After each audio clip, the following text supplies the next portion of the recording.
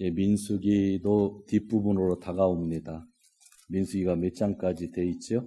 민수기가 36장까지 돼 있네요. 36장까지 돼 있는데, 민수기도,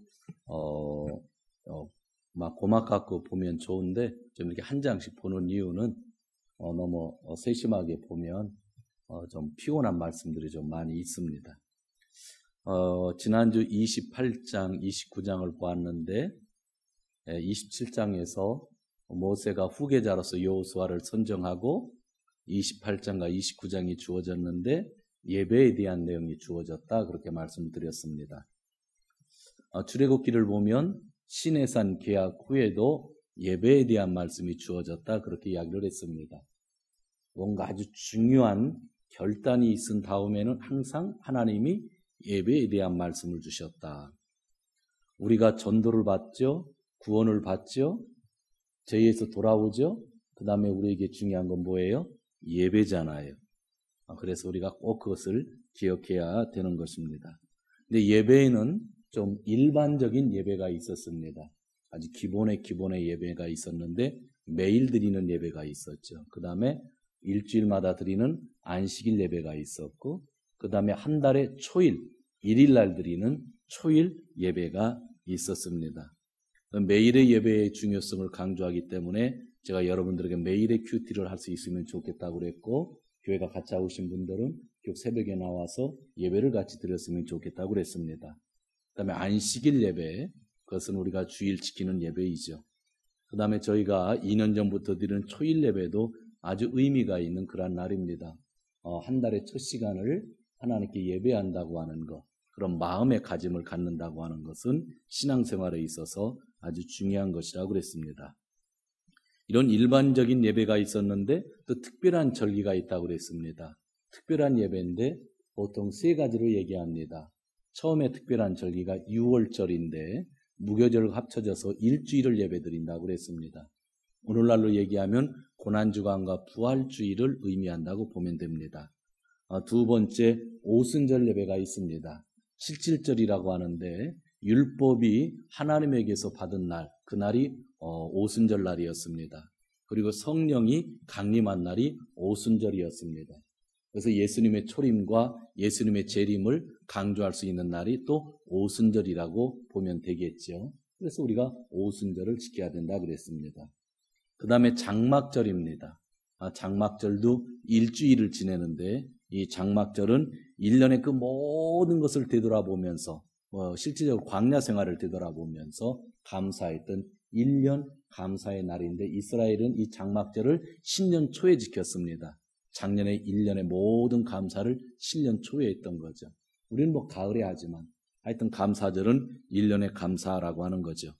그래서 일반적인 예배가 있고 특별한 예배로서 절기가 있었다고 하는 것, 이것을 꼭 기억해야 되죠. 그런데 이 절기 때, 이 예배 때 항상 드리는 예배의 내용이 있었습니다. 그것이 번제와 소제와 화목제와 속죄제와 속건제였다고 그랬죠. 그런데 이 5가지 제사가 모두 예수 그리스도 안에서 완성되었다, 지난주 내용을 이야기했죠.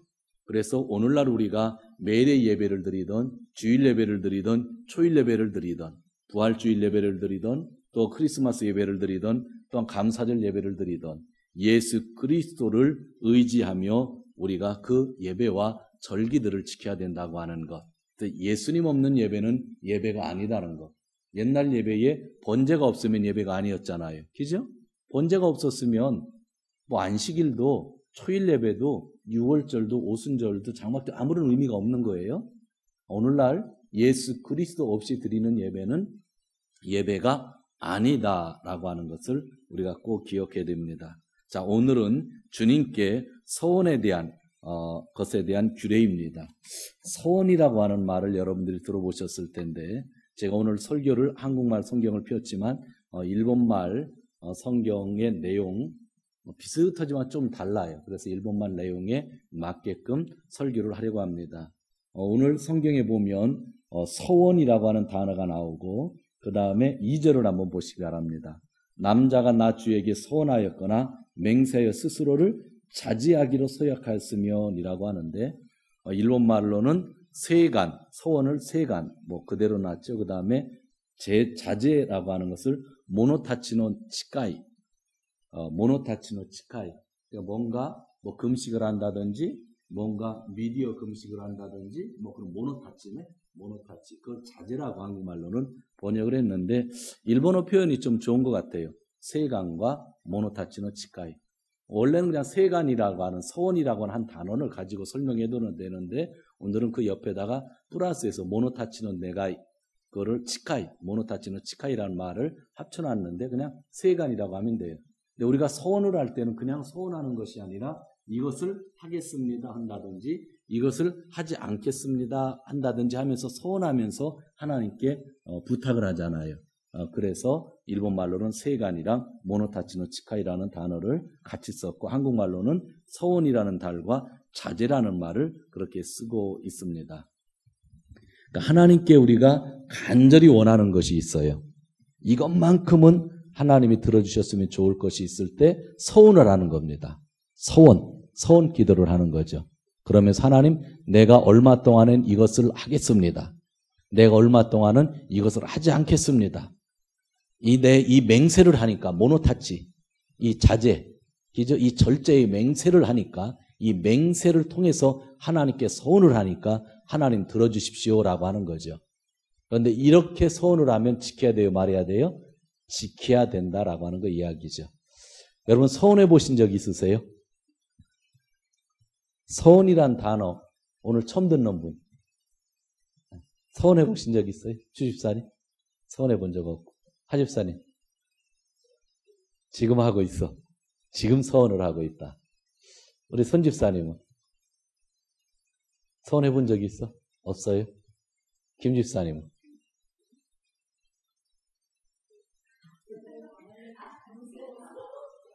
안 해봤어? 우리 한성희 권사님이요? 서원 하셨던 적이 있어요? 우리 이지연 성도님은? 서원해 보신 적 있으세요? 그렇죠. 서원이라는 의미가 어려운데 서원이라고 하는 것은 그 하나님께 맹세하는 거예요. 하나님께 난 이것을 반드시 하겠습니다.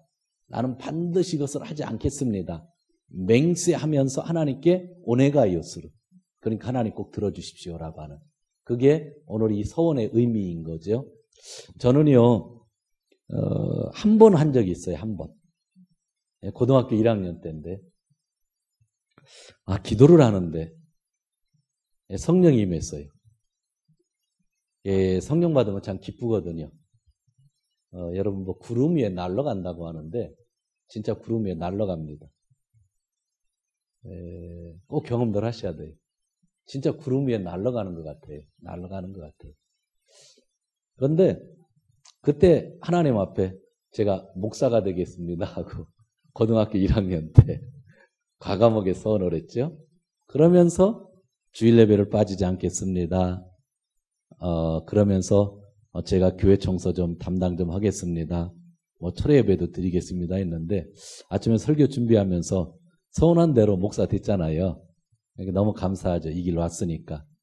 근데 이 길 오는데 가정에서 반대도 했어요. 집에서.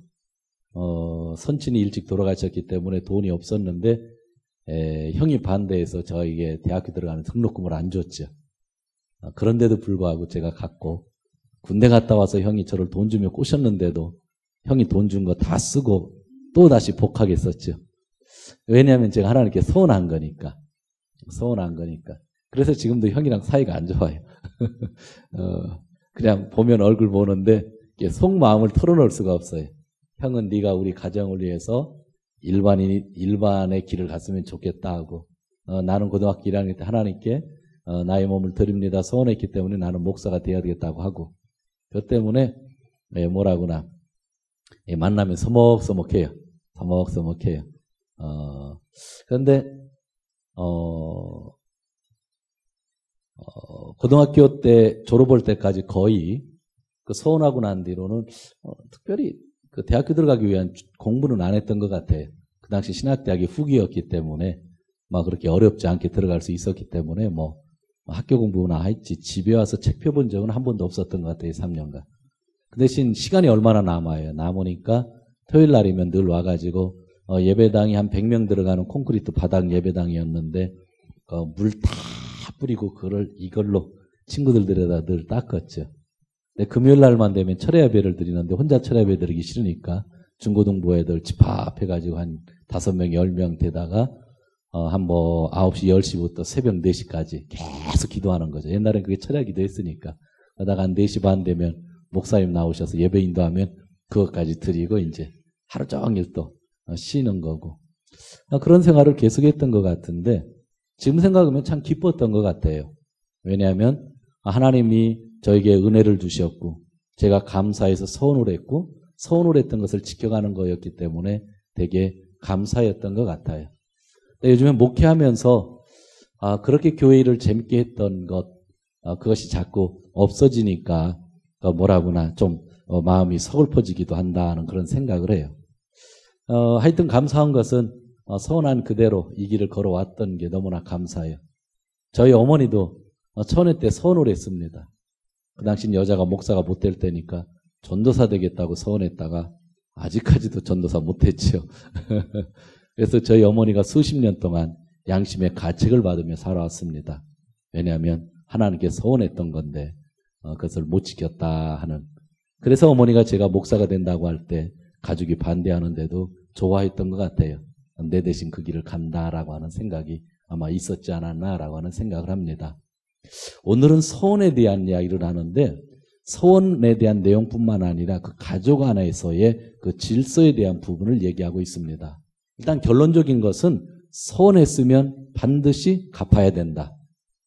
하겠다고 했으면 해야 되고 안 해야 되겠다고 하면 안 해야 되는 거고 혹시 여러분 중에 서원했다가 아직 행하지 않은 것이 있으면 하나님 앞에 온전히 내놓고 다시 한번 기도를 해봐야 됩니다. 그리고 앞으로 서원하는 일이 있다고 한다면 그것은 나쁜 일이 아니에요. 좋은 일이에요. 서원 기도라고 하는 건 좋은 일이에요. 단 조심하면서 서원을 했으면 좋겠다. 그런데 오늘은 첫 번째 그 서원을 하는데 먼저 누가 서원을 하냐면 한 시집 안 간 딸이 서원할 때가 있어요. 그것이 3절에서 5절입니다. 3절에서 5절 같이 읽도록 합니다. 3절에서 5절 시작.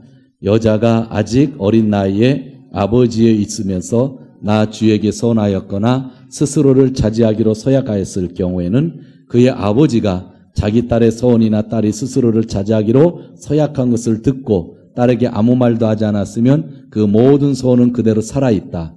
그가 한 서원과 스스로 차지하기로 한 서약은 모두 그대로 성립된다. 그러나 딸이 스스로를 차지하기로 한 모든 서약과 서원을 아버지가 듣고 그날로 말렸으면 그것은 성립되지 않는다. 아버지가 딸의 서원을 말렸기 때문에 나는 그 딸에게 책임을 묻지 않는다. 저의 딸이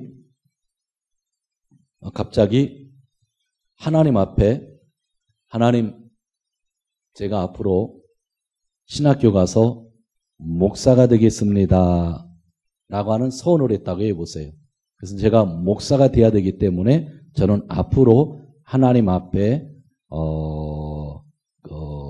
그 기간 동안 매일 새벽 예배를 드리겠습니다 라고 하는, 아니면 세상에서 담배 피던 사람이라면 저는 앞으로 절대로 담배를 피지 않겠습니다 하는 자제에 치카이를 했다고 생각하세요. 제 딸이 그랬어요. 근데 제가 그것을 들었어요. 듣고 아무 말도 안 하면 그 서원은 뭐라고? 살아있다. 그래서 그 서원은 내 딸이 반드시 지켜야 돼요. 담배 피면 안 되고, 무슨 뜻인지 알죠? 그 다음에 반드시 목사가 돼야만 돼요. 그런데 제가 그것을 들었는데 얘가 아직 결혼하지 않았단 말이지. 야, 내가 목사인데 여자가 목사의 길을 간다고 하는 건 어려울 것 같다. 그래서 제가 안 된다 그러면 그 서약을, 그 서원을 내 딸이 하나님께 약속을 하고 10일 동안 금식을 하고 약속을 했다 할지라도 그 서원은 뭐가 된다? 무효가 된다. 서원이 그렇게 무서운 거기 때문에 하나님이 또 안전장치도 마련해 주신 거예요. 무슨 뜻인지 알죠? 비록 내 딸이 서원은 했지만 아버지가 듣고 기도해 줘야 되겠다는 마음이 있으면 그 딸이 그 길을 가도 되고 금식을 해도 되고 뭐 다른 걸 다 끊어도 된단 말이죠. 또 나는 여자로서 목사 될 거니까 결혼을 하지 않겠다. 그렇게 또 자제에 대한 거, 그게 모노타치노 치카이 됐어요. 자제, 나는 앞으로 여자로서 결혼하지 않겠다까지 하면서 목사가 되겠다고 한 거예요. 하나님, 나는 목사가 되겠습니다. 그 대신 나는 하나님께 하나 더 맹세하는데 결혼하지 않겠습니다. 그랬단 말이죠. 그런데 제가 모르는 척하고 듣고도 그냥 말았으면 그것은 내 딸이 죽어도 지켜야 되는 거예요. 그런데 제가 그것을 안 된다 말리면 내 딸은 그 서원에 대한 효과가 없어진다라고 하는 이야기죠. 가정 안에서의 서원이라는 건 부모의 질서가 참 중요한 것을 이야기해 주는 거예요. 보니까 우리 한 목사님만 빼놓고 다 여자분들이고, 아버님이 살아계신 분 한번 손들어 보세요. 몇 분 안 되네. 어이구, 다 들어가셨네. 김지사만 살아계시네. 행복하다. 다 들어가셨는데. 한 목사님은요? 살아계셔요? 돌아가셨어요? 유일하다. 어이구, 다들 돌아가셨는데. 예. 얼마나 되셨어요? 돌아가신 지? 오래됐구나. 다 잃어버렸겠다. 안 잃어버리셨어요? 기억나셔요? 병으로 돌아가셔서 그게 인상이 좀 남았구나. 병으로 돌아가실 때 그런 게 힘든 것 같아. 주입사 몇 년 안 됐잖아. 2년? 요즘도 기억나요? 그럴까. 우리 박창수 성도님. 25년? 꽤 오래됐구나. 우리 선성희 집사님. 오래됐어? 오래되죠. 한성희 원사님 제일 오래됐겠지? 저도 기억나는데, 저도 아버지가 돌아가실 때는 환한 얼굴로 돌아가신 건 아니었어요. 조금, 뭐라구나, 일찍 돌아가셨기 때문에, 여러분들 일찍 돌아가시면 그게 조금 그래요. 좀 마음에 좀 남는 게 있어요. 근데, 가정 안에서 딸이 있었을 때에 아버지가 말리면 하나님께 한 약속까지도 취소된다고 하는 것은 그 가정 안에서 아버지의 권위가 얼마나 중요한지를 알게 되죠. 여러분의 아버지는 돌아가셨어도 여러분의 가정에 여러분의 남편은 있을 거예요. 여러분의 남편에게는 여러분에게는 또 자녀가 있을 수 있을 거예요. 여러분들이 꼭 해야 될 일은 여러분의 자녀들 앞에서 남편의 권위를 세워줄 수 있는 것은 성서적인 거예요. 죄송한데 제가 늘 하는 얘기가 있죠. 그래도 가끔 욕도 먹고 그러는데 다 그런 건 아니에요. 일반적으로 상식적으로 그래요. 다 그런 거 아니에요. 다 그렇다고 하면 제가 신이 되는 거예요.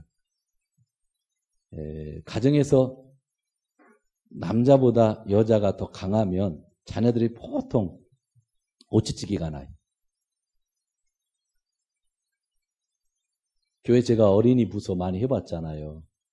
제가 그래도 한때는요, 그러니까 한국의 복된 교회라는 장로교회에 있는데 요즘 가만히 생각해 보니까 제가 초소년부에서 3, 4, 5, 6학년 했는데 그 당시 250명 모였으니까 그때 제가 청년 때 교육전도사 했거든요. 지금도 그 기록 깬 적 없대요. 그 기록 깬 적 없대요. 그런데 그 많은 애들 보면 성도님들 자녀들을 얼마나 많이 봤겠어요. 꼭 선생님한테 대들고, 이게 선생님한테 대드는 애들은 제가 그냥 안 받아요. 그냥 데려다가 진짜 회초리로 때렸어요. 집사님 아들이고 목사님 아들이고 장모님 아들이고. 여자 선생님한테 그렇게 대들거든요, 애들은. 그런데 그렇게 대드는 애들 대부분이 교회에서 아빠보다 엄마가 강해. 대부분. 이거는 제가 통계입니다. 얼마든지 근거 자료 낼 수 있어요. 참 이상해. 그러면서 제가 늘 가정에서 엄마들이 남편을 세워주면 세워줄수록 아이들이 거기서 질서를 배운다라고 하는 생각을 늘 해요. 둘이 산에 올라가서 싸울 땐 이기세요. 그냥 거의 밟아도 괜찮아요. 괜찮은데 자녀들이 있을 때는 그럼 뭐라고 나요? 하나의 그런 질서들을 잡아주는 것이 되게 지혜롭다라고 하는 생각을 해요. 이건 통계 자료입니다. 진짜 그래요. 그런데 결혼하지 않은 딸이 있는데 감히 하나님께 소원을 한 것도 아버지가 뭐 할 수 있다는 거예요? 취소할 수 있다고 하는 것. 그것은 누가 말씀하신 거냐면 하나님이 아버지에게 그런 권한을 주셨다고 하는 것. 그만큼 소원은 무서운 것이지만 그러기 때문에 가정에서 이렇게 제어를 할 수 있는 장치가 있는 거죠. 한때 이 기분으로 고 하영조 목사님의 동생이 하스데반 선교사예요. 많은 사람들이 그를 되게 존경하는데 저도 그분을 좋아해서 경배와 찬양 가서 얼마나 찬양을 많이 했는지 몰라요. 그분이랑 경배와 찬양 집회 가면 2-3시간 동안 서서 찬양해요. 너무 좋아요. 그런데 제가 찬양은 좋은데 그분은 별로 존경하지 않아요. 이 얘기 들으면 또 큰일 나죠. 이르지 마세요. 왜 그러냐면 한참 2-3시간 동안 찬양 집회 실컷 내놓고 갑자기 선교사로 헌신할 사람 손들어 한다든지 일어나 하면 다 일어났다고 거기서 선교사 나가는 사람 뭐 10%도 20%도 안 되는데 나머지 자매들, 특히 자매들이 많은데 70% 80%의 자매들은 평생 죄책감에서 살아. 거기서 내 선교사 됐다고 일어나서 한참 2시간 3시간 찬양 은혜 있은 다음에 세계가 우리를 부르고 있습니다. 선교사로 나갑시다. 선교사로 헌신한 사람 다 일어나세요 하면 다 일어나. 난 그게 싫어. 그래놓고 안 나가는 사람이 대부분이잖아. 그러니 평생 자매들이 신앙생활하면서 너무 양심의 가책을 받고 사는 거야. 우리 손집사님도 일어났었지. 안 일어났었어요? 그렇게까지는 할 필요는 참 없겠다라고 하는 생각들을 했어요. 그래서 제가 그 찬양 집회에서 은혜를 많이 받다가 마지막에 일어나라고 할 때가 너무 속상한 거예요. 너무 속상해요. 그리고 자기 스텝으로 이제 사람들을 많이 쓰잖아요. 자매들이 특히 막 스텝으로 20-30명씩 몰려다니는데 스텝들에게 거의 그 월급들 안 주잖아요. 그냥 자비량으로 하라고 늘 부르면서 바꾸는데 참 그런 게 너무 안타까웠어요. 제가 무슨 얘기하다 여기까지 왔는지 모르지만 너무 쉽게 소원하는 게 아닙니다. 그래서 그러한 소원하는 데 있어서의 그런 장치가 필요하고 그 자매들이 집에 들어갔을 때에 부모님이 안 된다 그러면 그것은 유효한 거예요. 맞죠? 오늘 하나님 그랬잖아요. 아버지가 반대하면 안 된다 그런 거니까 혹시 여러분들 중에 소원을 했었는데 집에서 부모님이 반대해서 그만뒀다고 한다면 그런 문제라고 한다면 양심의 가책 느낄 필요가 없어요. 그죠? 그런 겁니다. 이제 그 다음인데 6절에서 9절까지인데 이것은 6절을 보세요. 그러나 여자가 결혼한 다음에 소원하였거나 급하게 입술을 놀려 스스로를 자제하기로 경솔하게 선언하였을 때인데 일본말로는 이렇게 써 있어요. 카노조가 개건することになったとき依然として性願中であるかこういうものです。이건 일본말 성경이 바르게 해석됐는데 번역됐는데 뭐냐면 처녀로서 내 딸이 소원을 했단 말이죠. 그런데 내가 반대를 안 했어. 그런데 얘가 결혼을 했어. 그러면 그 소원이 어떻게 될 거냐? 남편이 그 소원의 얘기를 들어서 남편이 아무 말 안 하면 처녀 때부터 소원한 것이 그대로 유효가 되지만 결혼을 하고 난 다음에 그 남편이 반대하면 그 소원은 나쿠나루 없어진다는 뜻이에요. 그런데 한국말에는 그렇게 앞에 번역이 안 됐죠. 그런데 결혼한 다음에 하는 이야기는 몇 절에 나오냐면 10절에 나와요. 10절에 보면 남편의 집에서 같이 살면서 소원하거나 자신을 자제하기로 맹세하고 서약하였을 때에 이게 결혼했을 때의 소원이에요. 그렇죠? 그러니까 앞에 게 뭐라고? 처녀 때 소원했는데 아버지가 찬성했단 말이에요. 찬성했는데 결혼을 했어. 그죠? 결혼하면 이제 또 남편이랑 같이 살아야 되잖아. 살아야 되는데 그 남편이 야 그건 아닌 것 같다. 그 길 가지 마. 결혼했는데 당신이 목사가 되면 나는 집사인데 그 모양이 안 좋으니까 그거 하지 마. 나는 남편으로서 이 세상 일 그만두고 당신 돕는 그런 일을 할 수 없어. 그러면 그 소원은 어떻게 된다는 거예요? 없어지는 거예요. 그런데 남편이 그래 해봐. 내가 세상 사는 사람이 뭐 집사지만 뭐 당신 돕는 뭐 사모 같은 역할 하지? 하면 또 괜찮다는 거죠. 아셨죠? 그러니까 여기에서는 뭐가 존중되고 있는 거예요? 결혼했기 때문에 남편의 의견이 존중되고 있죠. 자, 여기서 한 가지. 아버지가 승낙했는데 지금 남편이 그것을 반대할 수도 있고 찬성할 수도 있는 거예요. 여기서 또 한 가지 서원과 다른 하나의 질서를 얘기합니다. 여러분의 부모님이 계시지만 여러분의 부모님보다 여러분의 남편과 여러분의 아내가 우선입니다. 이걸 지키지 않기 때문에 세상에 혼란이 오는 거예요. 아버지에게 어머니에게 효도하는 거 너무 중요해요. 그러나 중요한 거는 아내가 더 우선이고 남편이 더 우선이에요. 이 관계가 깨지니까 맨날 가족들 전체 가족이 싸우는 거예요. 그렇죠? 미혼일 때는 아버지가 최고의 권위가 되는 거예요. 어머니가 최고의 권위자가 되는 거예요. 그러니까 내가 결혼을 하고 나면 내 배우자의 의견이 가장 중요한 거예요. 그래서 배우자가 시댁에 가지 말자, 친정에 가지 말자면 가지 말아야지 뭐. 근데 남자들이 갔다가 부부싸움 하죠. 전 그렇게 생각해요. 마음이 풀릴 때까지 가지 말자고 하면 안 가도 되잖아요. 근데 가는 게 정상이죠. 근데 뭔가 마음이 상해가지고 여보 이번 명절 때는 가지 말자 그러면 안 가도 돼요. 안 가도 돼요. 죄 짓는 거 아니에요. 전화만 드리면 되잖아요. 그런데 매번 죽을 때까지 안 가면 그건 자기 배우자가 죄 짓는 거지. 그렇게까지 살면 안 되잖아요. 그러나 뭔가 일이 있어서 여러분들이 남편 편을 들어야 되나 저쪽 편을 들어야 되나 내 아버지 편을 들어야 되나 할 때는 누구 편에 먼저 서야 된다? 남편이 우선이다. 이게 성경의 하나의 가르침이란 말이죠. 아버지가 찬성하고 반대했던 것을 누가 바꿀 수 있다는 거예요? 남편이 바꿀 수 있다라고 하는 그런 질서를 우리에게 알려주는 겁니다. 되게 중요한 이야기를 이 성경의 서원뿐만 아니라 서원 안에서 이런 질서들을 우리가 배울 수 있는 겁니다. 그 다음에 이제 중요한 게 뭐예요? 10절입니다. 10절. 10절인데 10절을 같이 읽어보도록 할까요? 10절인데 9절을 읽읍시다. 9절. 제가 일본말 성경에 한 절씩 지렛대로 9절입니다. 시작. 과부나 이혼당한 여자가 서원한 것 곧 자신을 차지하기로 한 모든 서약은 그대로 그저에게 적용된다. 혼자 사시는 분이 있는데 과부로 혼자 산다든지 이혼해서 혼자 사시는 분이 있으면 그거는 뭐 남편에게 얽매이는 것도 아니고 부모에게 얽매일 수도 없고 이미 결혼했었던 거니까 혼자 결정해도 된다. 이게 얽매이지 않는다라고 하는 겁니다. 이 자리에서 유일하게 얽매이지 않는 분이 한 분 계시네요.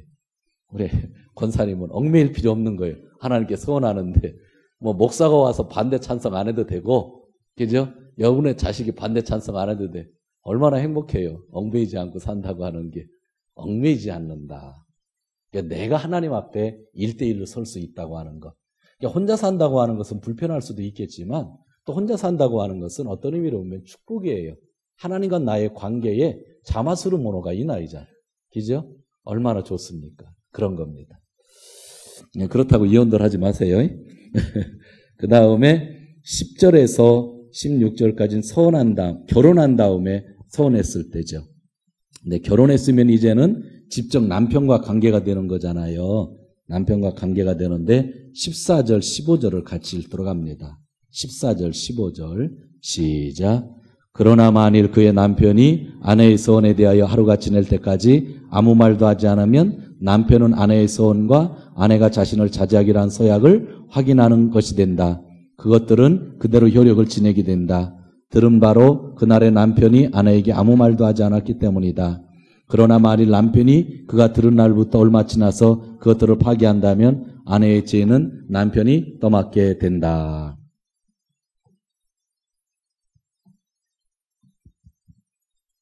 하집사님이